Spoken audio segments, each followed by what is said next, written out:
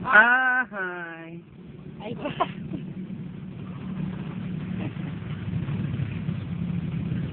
papasulta, malinya ko na mambaray kita. Pangambog ko man dito sa Carmen. Ganyan ang mga isda sa amin.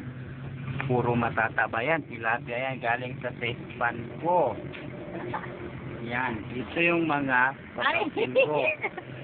Yan. Dagawin nila. Amo niya akong mga isda sa farm ko, sa sespan ko.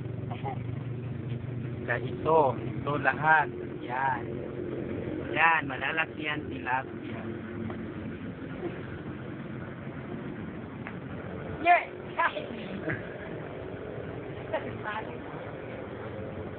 Libimbras Bayot.